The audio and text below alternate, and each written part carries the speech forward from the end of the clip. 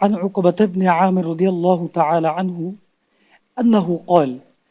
سمعت رسول الله صلى الله عليه وسلم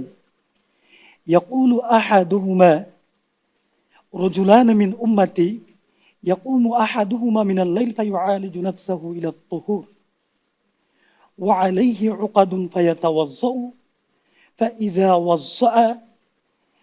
يديه انحلت عقدة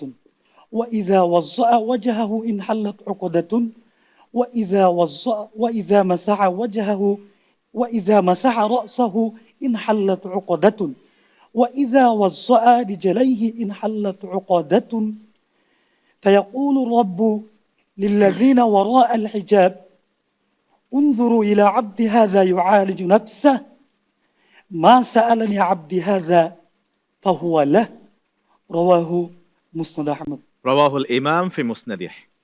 হযরত উকবা ইবনে আমির থেকে বর্ণিত, তিনি বলেন আমি রাসূল করিম সাল্লাল্লাহু আলাইহি ওয়াসাল্লাম থেকে বলতে শুনেছি, রাজুলান মিন উম্মতি, আমার উম্মতের মধ্যে থেকে দুইজন ব্যক্তি, ইয়াকুমু আহাদুহুমা মিনাল লাইল, রাত্রে উঠে, ফায়ুআলিজু নাফসাহু ইলা তুহুরি, সে তার আত্মাকে কষ্ট দেয় অর্থাৎ উযু করে, ফায়ুআলিজু নাফসাহু ইলা তুহুরি ওয়া আলাইহি উকদুন, তার উপর কিছু গিট থাকে, ফায়াতাওয়াজ্জাউ, অতঃপর সে যখন উযু করে একটা একটা গিট খুলে দেয়, ফাইযা ওয়াজ্জা ইয়াদাইহি ইনহাল্লাত উকদাতুন, যখন সে হাত ধুতো করে তখন একটা গিট খুলে দেয়, ওয়া ইযা ওয়াজ্জা ওয়াজহাহু ইনহাল্লাত উকদাতুন, আর যখন সে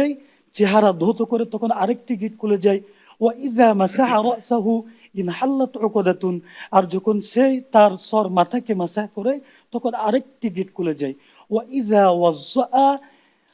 রিজলাইহি ইনহাল্লাত উকদাতুন, আর যখন সে পা ধুতো করে তখন আরেকটি গেট খুলে যায়। তখন আল্লাহ সুবহানাহু তাআলা ফায়াকুলু রাব্বু লিল্লাযিনা ওয়ারাআল হিজাব, যে পর্দার আড়ালে যে ফেরেশতারা আছে তাদেরকে বলে, উনজুরু ইলা ইবাদি হাযা ইউআলিজু নাফসা, তোমরা ওই আমার বান্দাদের দিকে, ওই আমার বান্দার দিকে তাকাও যে এত কষ্ট করে সে নিজের নফসকে, নিজের আত্মাকে কষ্ট দিয়েছে।